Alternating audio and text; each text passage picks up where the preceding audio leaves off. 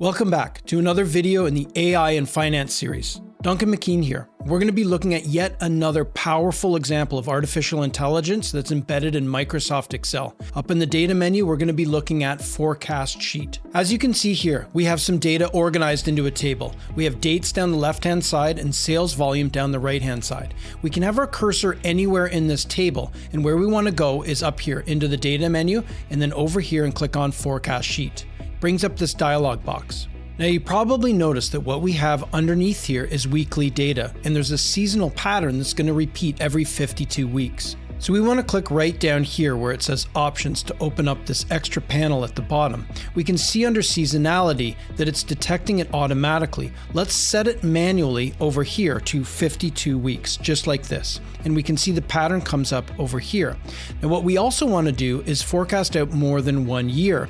We can see the forecast end date here, 2024. Let's change that to 25 and then click over here and we can see now it's forecasting 2 years. Let's click Create and we can see this graph come up right away. So let's grab this graph and bring it up so we can see it. You can see what Excel's done is really pretty impressive. It's forecasted forward by 2 years, giving us an upper and lower confidence interval. And as we can see, it's picking up on the sales growth as well as the seasonality. Now you might be impressed by this graph that Excel has generated, but we're even more impressed by the formulas it's used to generate it. Let's just move the graph over for 1 second. As we can see here, we have the actual data. If we go down to the bottom of that actual data, we can see that what Excel is actually doing is it's generating forecasts here. If we click into that cell, we can see right here it's using a forecast ETS function in order to generate that forecast. And over here, it's using this function in particular to generate the confidence interval. So let's investigate what we can do with those formulas.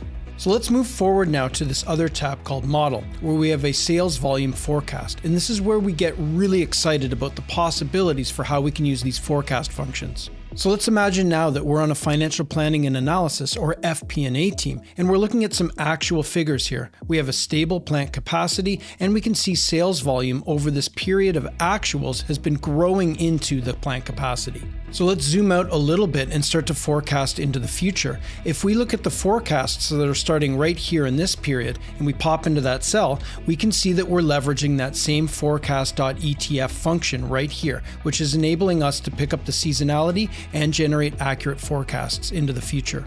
Now, as you can see down here, our efficiency is increasing, but we're getting dangerously close to that plant capacity, and we're going to need to plan ahead. It's obviously going to be really helpful for us down here to produce a graph. So we're going to want to show the capacity, the actuals, we have the forecast here, and we have a lower and upper bound. If we take a peek in here as to how we're getting that lower bound, for example, we're using the forecast.etf.confident level here, and again, the same function down here to generate those two bands. Now let's start to peer forward into the future. We need to look forward 2 years, and as we can see up here, we're exceeding our plant capacity in this last quarter, but we also want to graph this. So let's go down below and take a look at the graphs that we're able to generate using these forecast functions. If we zoom in a little bit here, we can see the seasonality that we're dealing with, which increases towards the end of the year.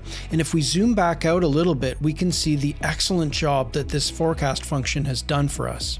Now this is telling us that if our forecasts are correct, right at the end of 2024, that plant capacity is going to start to become an issue. However, we're just barely touching the plant capacity at that point in time. So we may want to put off the expansion until later, but make sure that it's absolutely done in time to capture these sales volumes at the end of 2025. So if you're curious to leverage this AI in Microsoft Excel, head up to the data section of the ribbon and click on Forecast Sheet. That'll generate forecasts for you and put those forecast functions into your spreadsheet so you can start forecasting accurately into the future.